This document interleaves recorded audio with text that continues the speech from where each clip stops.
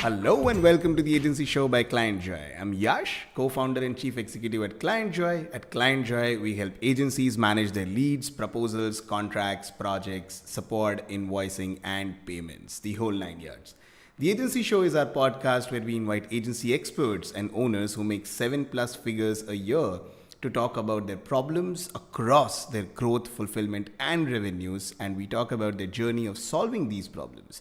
If you're an agency owner, this show is for you. So do not forget to hit the subscribe button. And welcome everyone to this episode of the Agency Show. Today we have Mr. Gary Fowler from GSD Ventures joining us today to talk about going global for startups and agencies.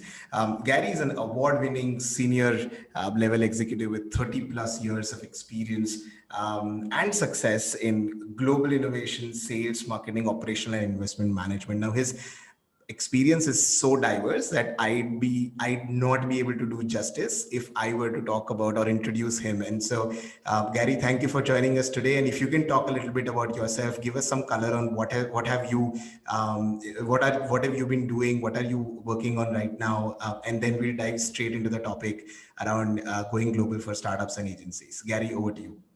Yeah, sure. No problem at all. I mean, I'm not sure I can do it justice either, but I'm going to try. I'm a country boy from Pennsylvania. So my name's Gary Fowler, and I'm a serial entrepreneur. I've done 17 companies. I've been involved, either co-founded or been involved in senior management positions of 2 unicorns. I was on the original management team at Click Software, sold to Salesforce for $1.35 billion 22 months ago, and also the co-founder of Viva.ai, a $1 billion AI HR tech company that I co-founded 4.5 years ago. So, our premise is intellectual capacity is evenly distributed, but opportunities aren't. Yeah. I'm Silicon Valley based. I've co-founded or founded the first accelerator in Russia called Skolkovo Startup Academy with Lawrence Wright, and also the #1 private corporate accelerator as one of my many startups. So we know a little bit about it. I've worked with Guy Kawasaki, Bob Dorff, Steve Blank directly. I've known them for years. In fact, I talked to Guy Kawasaki 3 weeks ago. He was on my show a couple of weeks ago. So, this is an amazing opportunity. Today, I'm the CEO, co-founder, and president of GSD, Get Shit Done Venture Studios, a premier AI and quantum venture studios, curating companies from India, from Africa, from all over the world, and using Silicon Valley support to help them go global. And we take operational roles in those companies many times. We use our credibility and network to help take those companies out. And one of the things, Yash, is that, it's interesting. We talk about unicorns, but unicorns are mythical creatures. They're not real.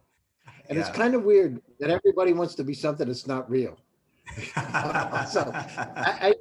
of like, so for me, it's like turning that unicorn into a real object, whether it's a horse with a horn, but it becomes real. The beauty is once you've done it a couple of times, you understand that there are certain fundamental things that need to occur. And I can talk to your audience about some of those if you'd like. That would be supremely helpful, and thank you for that. Thank you for that background. Obviously, so and funny that you mentioned Guy Kawasaki, right? Because I just had obviously I spoke to him. I can say it was a fanboy moment for me. I spoke to him I think day before yesterday. It was obviously not at the same level that you would have because I was one of the people asking him questions on Clubhouse, and he's such a brilliant guy, right? And so.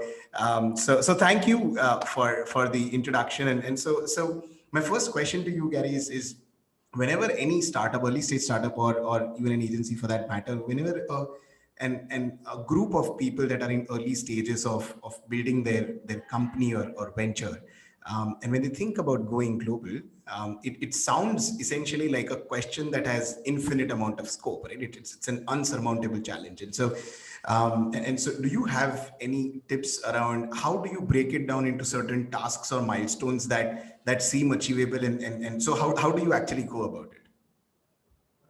Well, I mean, so you start off, it's, again, what the keep it simple, stupid thing is? KISS, right? Keep it simple, stupid. Yeah. So I'm a country boy from Pennsylvania. I grew up on a side of a mountain with 500 people in a village we're farmers, we're country folks. So, if it was black and white and had horns, it was a cow. It was big. If it was small, it was probably a goat. So, I mean, we're into simple kind of thing. So let's break it down. So what's really important today? Now, the world has fundamentally changed, Josh, in the last year. Yeah. Yeah. Because of COVID, here we are. I mean, normally I'm in California, but I'm in Palm Beach in Florida. Whether you're in India or Africa or Europe, it doesn't really matter. We're now connected. This digital transformation is upon us. This offers incredible opportunities for each and every one of the companies to go global. Let me tell you some of the fundamentals. What's really important today? So, having the gray hair, I see you got a little gray hair on your beard, right? Having a little Yeah. gray hair is a good thing, because what that means is that you have experience and you've been around the Yeah. block a few times. Yeah. Experience is really important, because what you get credibility and trust, Yeah.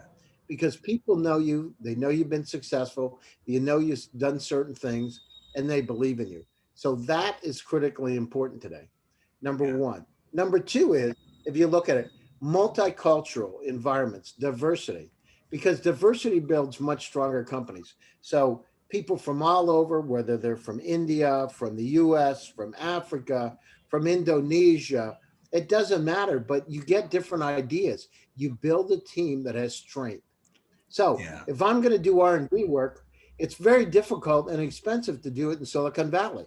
Now, again, Absolutely. KISS principle, I would do it in Russia, Ukraine, Belarus, India, Bangladesh, places it's not going to cost me as much, but more importantly, places that have places like IIT that are incredible institutions that have brilliant people that can help me Yeah. solve a problem. So Yeah. I'm going to look for those. Again, this is simple. A third situation is, if we look at it, so one is, we want the diversity, we need decentralized teams.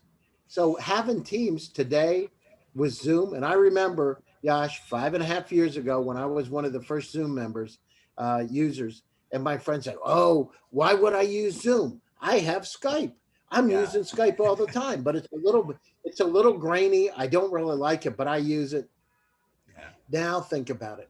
Here we are, 1 year later, at the beginning of the pandemic, there were 30 million Zoom users. Today, there are almost 400 million users. Yeah. It's In fact, staggering. Eric is worth, I just looked, almost $20 billion today. Yeah. 20 billion. We have changed our lives forever. In Yeah. fact, McKinsey said a year ago that digital transformation, companies were looking at doing digital transformation. In fact, 92% of the companies said they were going to do it in the next 10 years. But guess what? COVID hit and they had to move forward quickly, because what? Yeah. If they didn't get shit done, they were in big trouble, right? Yeah. Big, Yeah. big trouble. So we have now really opened up the world. We've now leveled the playing field. You can see it now with cryptocurrencies. And now we're Yeah. starting to even out the entire environment for the monetary system. Things are changing. If I want to do cross-border transaction, I can do it very, very easily with my Bitcoin today. Yeah. It's not Yeah. hard like it used to be before. So is it getting better? Absolutely. Is it giving opportunities to people around the world? I have a company in South Africa, Rwanda, and Nigeria. If you'd have asked me a year ago if I would have companies in Rwanda, the only thing I knew about Rwanda is gorillas. Honestly, I love, Yeah. wildlife, and I knew that there was sanctuary for mountain gorillas, but I didn't understand how many amazing opportunities. So let's go out. Nigeria's got 206 million people, right? So if we look at Wow. Ethiopia, 100 million people. Look at India. It's huge. Yeah. Over 1 billion people. Great Yeah. opportunities. And yet, we haven't. So you got to seek a guy by the name of Scott McNeeler, who's one of the founders of a company called Sun Microsystems, had lunch with Mhm. me about 2 years ago. I've known him for many years. I'm not saying we're best friends, but I know him. We have a relationship. And one of the things he said, Gary, many years ago, back in the 90s, he said, you need to go to areas that you fear the most, because if you do, you're going to learn the most. Ah, And think about it, right? that's That's brilliant life. advice. Yeah, that's brilliant advice. And the second thing, I'll tell you a very interesting lesson. So I don't know if you know Rupert Murdoch from Fox. Oh, I of went course I out do. Yeah. with his right hand. So his right hand man is Andrew Straczynski. I went Mhm. out to lunch with him, dinner with him, with the brother of the founder of Google. This was not too long ago, 3 years ago. And Straczynski's sitting alongside of me. Carl Page is across from me. An actor friend is on one side of me. And then I got his wife, right, Barbara. And we sat there and we were talking. We had a couple wines, and I don't drink much, but we had a couple of red wines. And of course, I was very curious. And Straczynski said, and he bought the Wall Street Journal for $4 billion, $4 billion. Yeah. And I said to him, I said, what do you do? And he said, I study entrepreneurs. I said, well, what do you study? He said, I've studied 3,000 of the best entrepreneurs in the world. And I said, what's one thing that you found with every one of the entrepreneurs that has helped them be successful? And he said, amnesia. And I said, amnesia? He said, they never talk about the past. Because most entrepreneurs, it's like a boat anchor and it holds them back. You can't dwell in the past. And one of the things we talk about is Rupert Murdoch himself. He was married to some Chinese woman and there were some issues. And then he forgot and he moved on to Jerry Hall. He said, you cannot dwell in your past. He said 99.9% of the people think about their past so much. And the older you get, the more you think about it. He said, let it go. Because if you do that, you're going to be successful. You're going to have a more enriching life and you're going to have a happier life and you're going to be successful. Wow. That's so there's, so yeah, I mean, we so are just a learned, lot of Josh. things. Yeah, absolutely. The other thing is with the companies. So you talk about why companies succeed, why companies fail. And I'll give you, the basic roots in customer development. So they have incredible ideas. A lot of the technologists come out and say, oh, I have the best this for supply chain. But they never do their customer development. They never, ever take it in front of a customer and say, would you like to buy this? Are you interested in this? And get feedback. They never do it. The problem is they build, I've done it myself. I got to tell you, I started my first company. I've done many companies even before 21, but my first official company at 21. And I remember 21, I made a lot of money, very successful. I thought, oh, I'm it. 23 years old, done millions of dollars in sales. It's unbelievable. And I did it as a sole proprietor, done myself. But the problem is the next company. That one, I was luck. Remember, luck is a big factor in everything you do. Although you can bring luck into your existence, right? You can bring it in, will it into your existence. But my second one, what happened? I didn't listen to the customers. Same kind of a model. I didn't listen. I thought, I'm the smartest guy in the world. I know how to do this better than everybody else. I'm going to do it my way because I'm right. And when I did it, I didn't listen to the customers. It cost me $1 million. I had to sit on my inventory for 3 years. And let me tell you, that was painful because you get up in the morning thinking about it and you go to bed at night thinking about it. And then finally, I ended up selling my product, selling the service. I broke even and I was the happiest day. But from that time on, I understood going out and saying, do you think this is interesting? Doing mock-up PowerPoint presentations of the product. What do you think? Would you buy this? Go out and test it. Go out. Walk down the street. I would walk down the street in Palo Alto, California, down University. I would find VPs of Google, people from Apple that would be sitting having lunch. And I'd go up and say, do you mind if I talk to you for a couple minutes? Can I show you what I have? And I'd take my iPhone and put it up on a little stand. And I'd sit there with my computer or I'd show them on another iPhone. And I would actually go down through and do customer development. That, Yash, that is very, very important. And we forget. Right? We forget to test our assumptions because we assume we're right. Test them to make sure the customers want to buy it. Make sure the customers want to grab it out of your hand, as Bob Dorsch says, because then you got something real special. No, absolutely, and so I think one of the statistics also came out from some research body. I'm not really sure, but I think one of the largest reasons why most startups or early stage ventures fail is because they are building something that nobody wants, right? So it's a confirmation bias led kind of a requirement document that they build, and then they start working on it because everybody wants to keep their company in stealth mode and they don't want to talk about it. They'll not talk to their customers and share their idea or whatever. That happens a lot. That's why Yeah. you got to do customer development. Because Yeah. listen to me, listen to this. If you've got a Ferrari in your garage, Mhm. or you assume it's a Ferrari in your garage and nobody sees it, it's a Ferrari to you. But what happens when you take it outside and you find out it's a Toyota Corolla? That's an old one. And you say, well, Yeah. I thought it was a Ferrari, right? Yeah. So Yeah. the key is you've got to take it out and show people what you have and get their comments. Maybe it's something that can be fixed. I had to pivot Eva 3 times. Now Oh. imagine I have a billionaire partner 3 times. I had the greatest, a Google-like search for your personal cloud. Every day people say, I know that file exists, but I can't find it. Why? I've either forgotten the key location or the keywords. But the Ah. problem is, great idea. Every day you say, did you send me that email? Did you send me it on Messenger or Telegram or WhatsApp or LinkedIn or Facebook, wherever? But the problem Yeah. is people don't want to pay for it. It's a great Yeah. problem and they forget their passwords. So great idea. I had to Yeah. pivot. I pivoted to its Yeah. smart assistant. Great idea too. The problem is Google comes out with it and Google can control it and they give things for free. So guess Yeah. what? Again, then I pivoted the same kind of technology to remote workforce management 2 years ago. Well, the Ah. pandemic hit. Now talk about the right place at the right time. Things Yeah. changed dramatically. Rocket You got ship. to Yeah. tell. And Yash, here's the other thing. And your viewers, you got to think about this because sometimes when they have a product or service and people don't want to buy it, they say, "Oh, I can't believe it. I'm so bad. I failed." But that's not failure. It's like Yeah. making the wrong turn. You got to take a U-turn and go the other way. Try it Correct. again. And so it's not about failing, it's about how to succeed, how to be successful, how to make that right turn to move in the right direction. And Correct. those are the people that can do it. And guess what? Anyone in your audience today can do the same thing. You got to believe in yourself.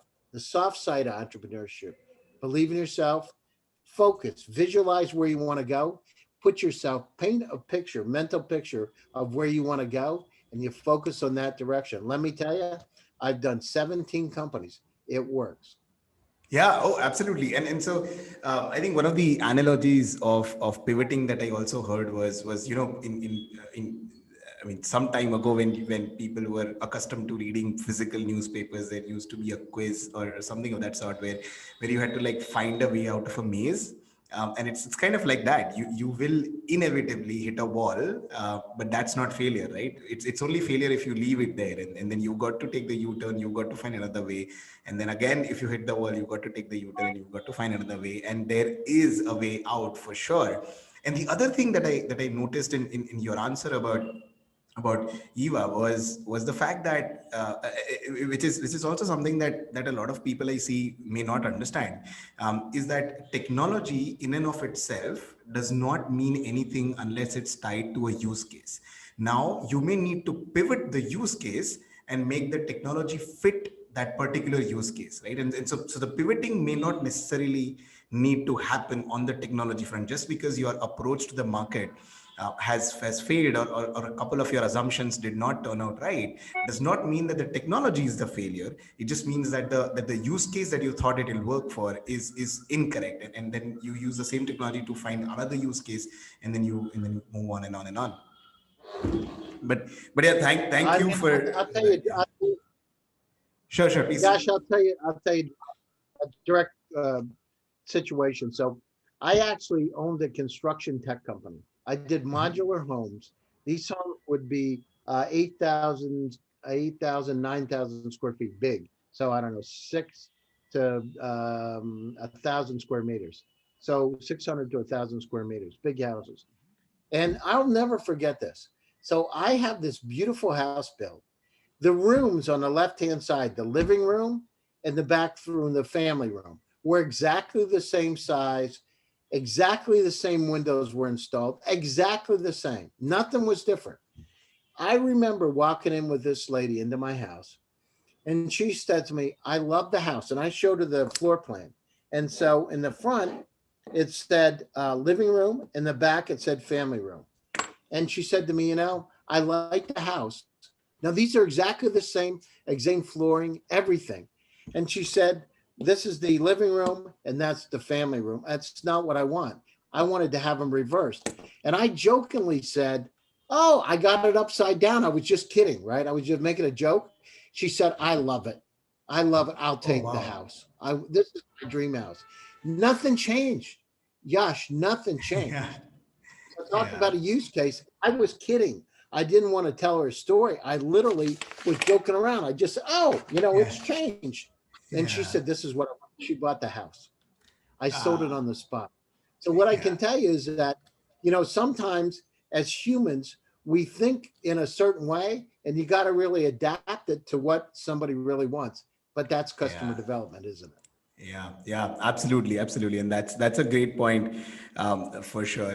So the next question or the next thing that I really wanted to understand from you was, I mean, whenever we think about going global, there are a lot of conflicting advices that you'll find on the internet, or even in a lot of YouTube videos that you'll see, right? So some people would say that, hey, you should prepare, if there is a possibility of going global. So if you're not a hyper local company, if there's a possibility of going global, think about going global from day one, from the beginning, and prepare yourself. And then there are others, where they'd say, thinking about going global from day one might be too early, and you may have to do a lot of work which may not bear fruits for, let's say, a couple of years at least. And so you will essentially end up using resources for something that's not going to immediately bear results. And so what, in this great debate of sorts, what would you prefer? What would you advise, if I'm starting a startup or an agency, like right now, like a 2 or a 3 people agency, or a startup or an entity of any sort? Should we think about going global from today, or should we, cross that bridge when we reach there? Yeah. So I'm going to give you a little scenario. So think about this. So if I'm going to train for the Olympics, what do I do? Do I take it for the step and say, oh, I'm going to be a district champion, a regional champion, etc.? You set your goals, you visualize, read about how you metaphysically can change things in your life. Every executive I've ever spoken to that's gotten to the highest level, I have a friend that's got $57 billion. The same Mhm. thing. You need to focus on where you want to go. If you're going to win a race, if you want to win the Formula One, you think about being in the Formula One. You don't think about, hey, Yeah, I'm going to be on a racetrack in a farmer's field. You think about, yeah, how am I going to go win Formula One? So you got to yeah, stretch and think, because guess what? You never try harder unless you have an end goal. You've got wow, to think about where you want to be. You've got to, in your mind, visualize it. I do it all the time, no matter what. The car I have right here in my garage, I visualized having this yellow sports car. It's one of the rarest yellow sports cars out there. It's a special edition of a Nissan okay, convertible. And it's very, very hard to get. I visualized it, and guess what had happened? I visualized a Lamborghini one time, many, many years ago. I said, I was just kidding myself. I was young, 24, 25 years old. I said, I want to get a Lamborghini. This is what I want to do. I saw it in a magazine on a Saturday, Yash. Literally, I get another magazine and look in the back. The car that's on the front cover is actually in the back being sold. So it's like $90,000 at the time sold. And I thought, I can't do this. I had actually started my business. I was starting to make money. So I said, what the hell? I'll call the guy up. I called him up in Maryland, and he wasn't too far from Pennsylvania. I said, excuse me, sir, I see you have a car listed to sale for $97,000. And he said, I do. And I said, well, I said, I'm kind of interested in it. I said, can you tell me a little bit more about it? And he's telling me, and I said, unfortunately, I don't have that kind of money, but I could give you $30,000 for it. I was just kind of kidding. But yeah. he said, I'll take it. I'm getting divorced and I really need the money. I'll take it. And I Oh, said, can you? So Saturday I saw it. Sunday I talked to him. I said, can you bring it up on Monday? I'll take it. Drive it. I'm thinking the guy's not going to do it. It's a Lamborghini, right? He yeah. drives it up. I went to the bank in the morning. I went to my banker, said, I got to tell you, I'm buying a Lamborghini. And the banker said, you're I'm buying a Lamborghini. They couldn't even find how to, because I needed to finance it. They couldn't even find out Yeah, where it was going to be. This is a yeah. small town in Pennsylvania, but they found it. I bought the car. By Monday afternoon, I had the exact car of my dreams.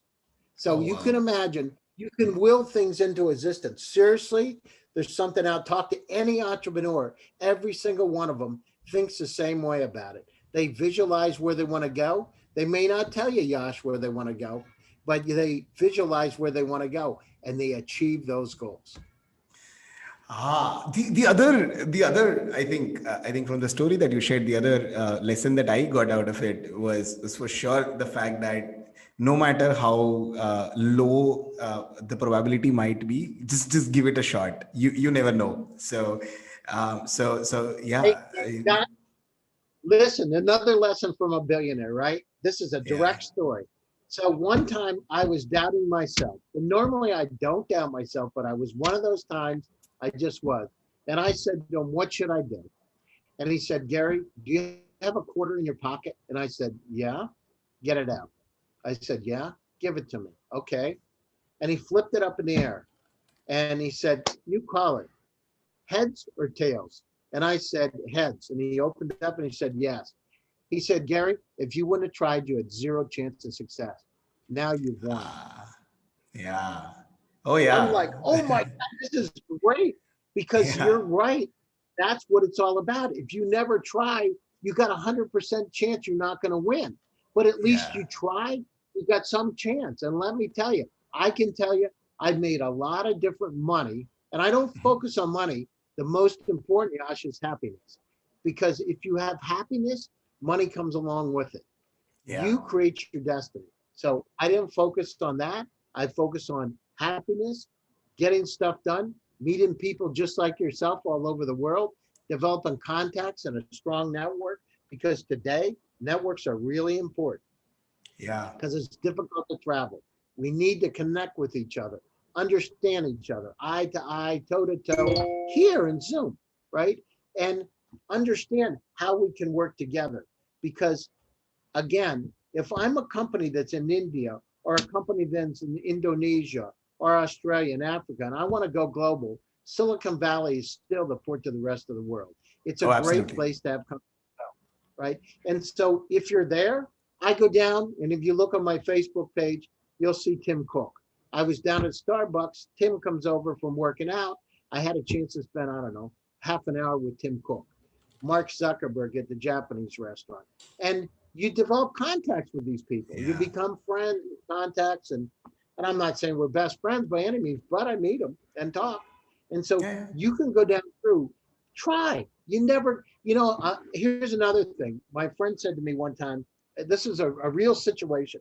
So I just broken up with a girlfriend. I go into a restaurant. The most beautiful woman I've ever seen in my entire life is on the other side of the restaurant. They're dancing around. People are dancing, having fun. All the guys are in this corner. There's this beautiful girl in the other corner, and there's a couple girls around her, but not talking to her. There's a guy. A big guy is talking to her, right? And so all the guys said, "Oh, I'm not going over there. That guy will kill me."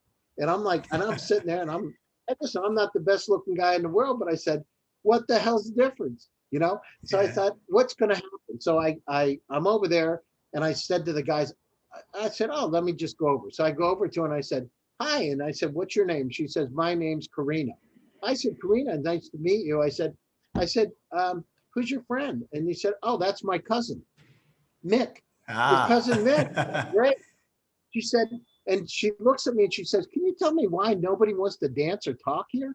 It's so odd. I said, oh, these guys, I said, most of them are married. I said, but I'm here. I Wow. started dating her. She was the most beautiful woman I had seen to that point in my life. I started dating her, right? And so I learned a lesson. It's like, if I would have been over there with the guys, I never would have taken her out, right? For But that's sure. life. Try. If you don't try, you never know.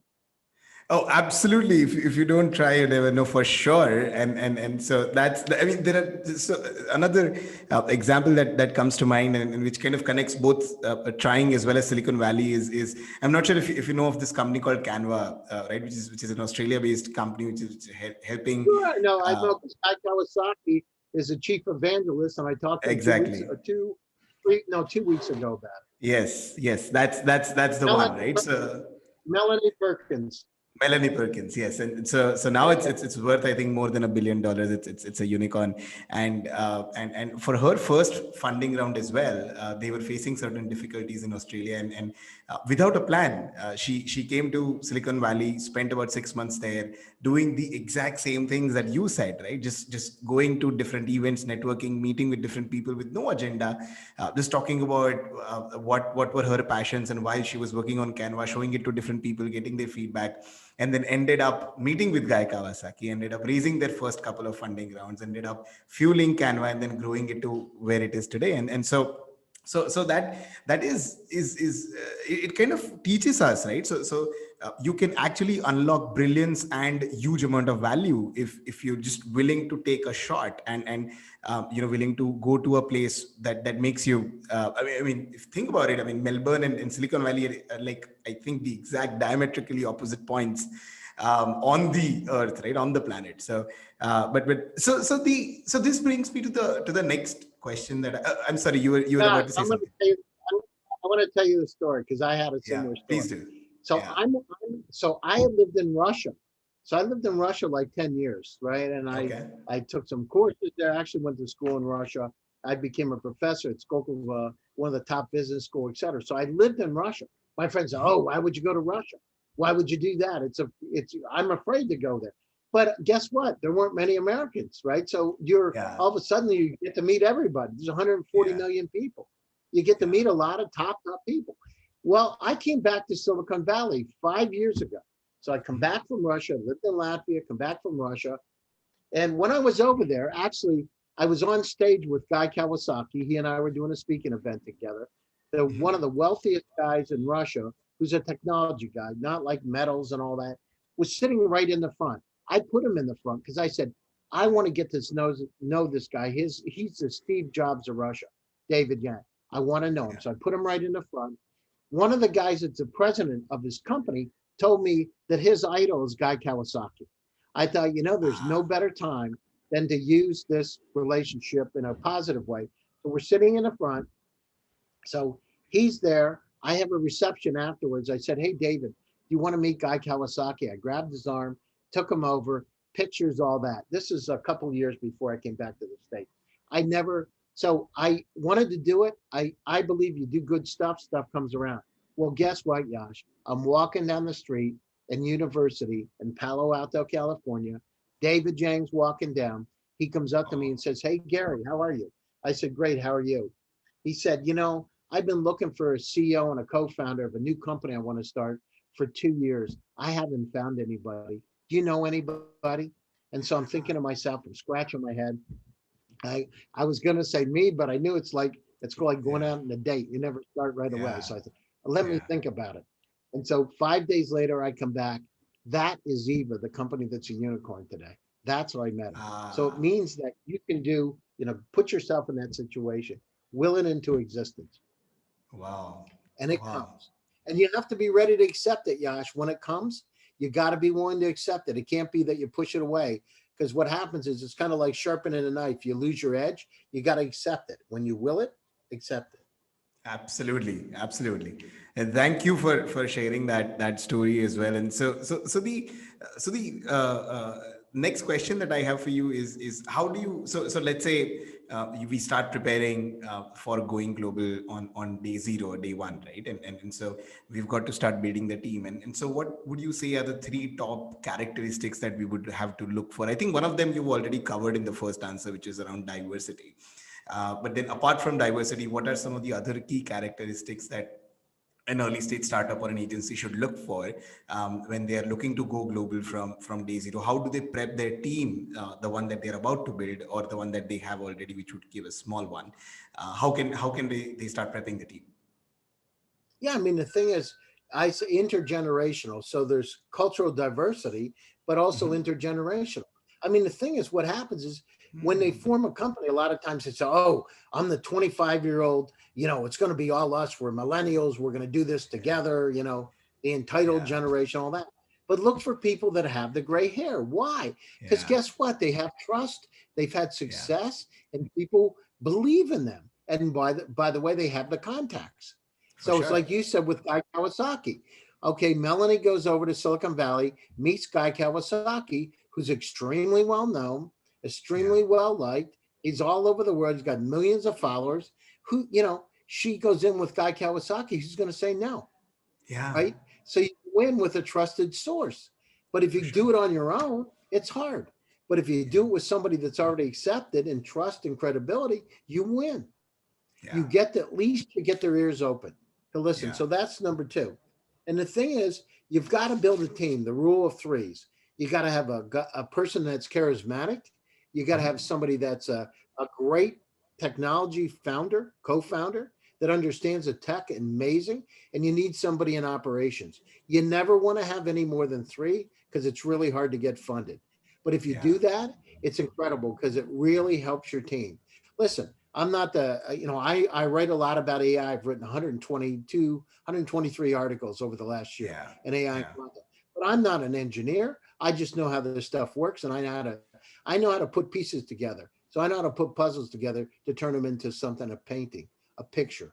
So you got to have people though can help you. That can help you understand, is this right or wrong? You need somebody in Mhm. operations because you got to have somebody there. And maybe that's your other co-founder that can actually, or yourself that can help you get this stuff done because operations are important. You got to have a smooth operations. And you also got to have trust. You got to trust that each person can do the job, trust that they're going to accomplish a task, and believe that they have the same vision you have, which is success of the company.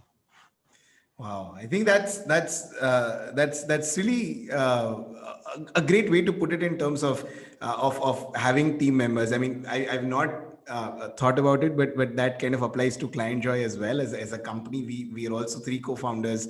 One of them works on operations, one of them works on technology, and one of them works on essentially sales, growth, fulfillment, and essentially every third party relationship ever. And but that's really that really puts things into perspective, and so thank you for sharing that as well. So so I think that kind of brings us in the last leg of this conversation, which is what are some of the top three challenges that you believe every early stage entrepreneur or an agency owner should prepare themselves for whenever they think about going global? What are the top three things that they should look for? They could essentially be either red flags, or they could be certain things that they would underestimate, or anything to that effect. Well, I mean, the thing is, so a couple things is, do you have enough money to do it? There's one thing Mhm. about dreaming about it. The other thing is how you're going to fund it. So Yeah. sometimes companies stretch themselves too thin. They try doing all kinds of things or they waste their Yeah. money. I just talked to a company today that in 1 year blew over $50 million. Oh Now, wow. I don't know about you, but that's a lot of money to just, That's a lot of money. Yeah, for sure. I mean, just for 120 people, 140 people to do it. So, the thing is, are they prudent? Do they treat the money like their money in a positive way and stretch it to make it work? Listen, I use, I have offices. So, we use places like WeWork, et cetera. I don't have like beautiful, fancy office buildings and all that. And Yeah. by the way, Guy Kawasaki's partner, Bill Reichert, is in the same building as I am. So then the other thing is you need to go down through and find advisors that can help you because those are the ticket. Remember, we're in a very close knit society. You want Yeah. people that are well known. You said Melanie and Guy Kawasaki, right? Bill Reichert, his partner, is on the board of my company. Yeah. Why? Because they have contacts. He's Stanford Yeah. MBA, as Guy's also from Stanford, and Yeah. undergraduate at Harvard. He's got a lot Yeah. of contacts. He works a lot in Bangladesh, a lot in India, all over the world. Find Yeah. people that have those contacts. What else comes up? Security all the time, no matter what company. Oh, I don't know. Do you have security and privacy? So on the board of my company is Rick Orloff, the former chief security officer at Apple and eBay. And what it does Ah. is it gives you credibility. Yeah. So you want to build the idea, and guess what? You may not have all the answers. Go to a Yeah. guy like a Rick Orloff that can go down through and say, "Listen, here's so what you should look at this a little differently. Do this way." Those little points are the difference between success and failure. And the third thing is you want to have somebody on the team that has had recent successes, building a Yeah. unicorn, creating a company like a Melanie Perkins that has had international recognition because she's hot or he's hot, and they can introduce you to people that are looking for high growth companies. So put Yeah. yourself in a situation. You want to win the Olympics? Hang around Olympians. You want to play Yeah. tennis better? What do you do to play tennis better? You play with somebody who's better than you. You don't play Yeah. somebody worse to get better. For It's like sure. crazy. You don't go down there, Yeah. oh, I just want to play. I'm a 5 player. I want to play a number 2 just so I can win. Well, guess what? If you keep playing 2s, you'll never beat a 3. You'll go from a 5 to a Yeah. 3. Yeah. Like challenge yourself, always challenge yourself. And at GSD, it gets you done. What we do is we curate companies. We bring them from all parts of the world. And we use Silicon Valley as a port. And Mhm. we understand that intellectual capacity is evenly spread, but opportunities aren't. And there's some credible technologies. We focus on AI and quantum computing because we're inundated with data, all of us. Yeah. Yeah. In fact, the world, I don't know if you know this, Yash, but there's 40 zettabytes on data on the planet today. 40 zettabytes. If I took CDs and stacked them one on top of another, I could go back and forth to the moon 29 times. Oh, 29. wow. That number grows 68% per year. So we're in a state of infobesity. Think about it yourself. How many times in a week do you say, I don't remember getting that email? Did you send it to me? Oh, And yeah. it's because you're in it. Yeah. Where Yeah. did you send it? Did you send it to WhatsApp or Telegram or WeChat or wherever? You don't even Yeah. know. LinkedIn. Yeah. How do you know today where it is? Slack, Google Drive, Dropbox Box. Yeah. So we're Teams, in a state of a lot of that. things. Yeah. Yeah. For sure. And the thing is, we don't admit it. See, data is passing us by. The people that are going to be the smartest people in the future are the people that know how to use not intelligent, smart, but gifted assistants. Assistants Mhm. have really come out, the highest level intelligent assistants to be able to help us. Not smart, but intelligence, unsupervised. They're going to be like guardian angels. They're going to say, Yeah. listen, you should do this. They're going to be like your mother, right? Our mothers. Yeah. You should do this. You should try this, but they're going to know what should be done. And Yeah. that's where the future is going to be. Now, think quantum. A quantum computer can do what would take a normal supercomputer uh, 10,000 years in 200 seconds. Oh, wow. 10,000 years, 200 seconds. And that's Google's. And so imagine, so something would take a normal supercomputer 10,000 years in 200 seconds. So think about how we could process information, how our lives are going to change. Combine that with unsupervised AI, all kinds of things are going to happen. So Yeah. we're in a dawn of something incredibly special right now. And our job is to figure out we're going to live longer, Yash. We're going to live to 150 years old, right? With smart pills and gene splitting and genomes and some of the gene slicing, some of the technologies that are just coming out now. Yeah.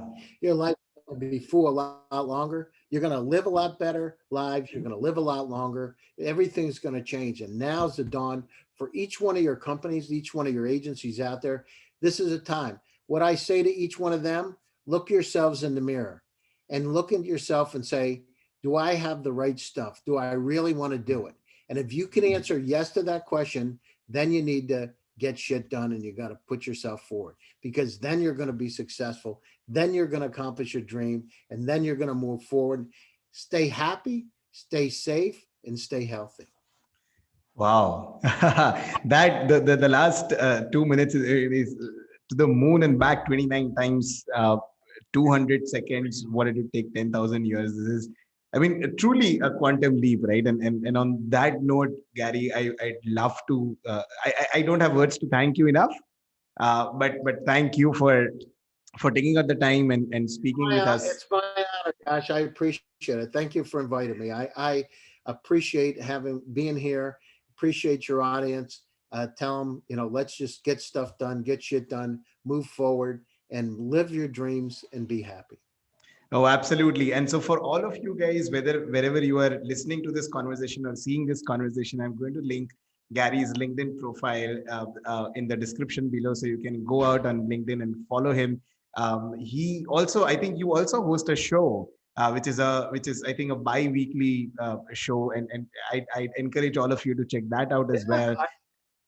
So I have 2 shows. In Yeah. fact, I have an incredible one next week. I don't know if you know that Miami is actually placing itself as a technology hub around the world. I have the Okay. mayor of Miami, my friend. It's in Bitcoins has 1 million Bitcoins, which I don't know what they're worth right this second, but over Okay. $50 billion and Yeah. about probably $9 billion in Ethereum. He's going to be on a show with me. The mayor of Miami is going to be on the show. And my friend Shahal Khan is going to be on the show. The whole idea is my friend is actually investing $4.8 billion in Miami to help move Miami forward in blockchain. Oh, And wow. I'm going to have that on Monday. It's called Cafecito. I also have on Tuesday, I'll have my show, and we're going to be actually tomorrow. I have my show. What am I saying? Ah. Africa. So we're going to be talking about Africa and Singapore and investment. So GST presents. By the way, Yash, if you have startups that are interested, I have the top show in Silicon Valley called Gary's Picks. And I pick out every 2 weeks the top startup in the world and showcase them in front of virtually every VC in the world. Oh, wow. Oh, for sure. So we will link that Any of your in the startups, description as well. yeah, any of your startups or any agencies or anything, let me know and I'd be happy to look at them because we want to help those companies be successful and live their dreams too. Oh, for sure, for sure. And thank you for that generous offer, Gary. Thank you for joining us today, and we will speak soon, Gary. Thank you. Bye bye. Thank you. Take care. Bye bye, everybody. Take care.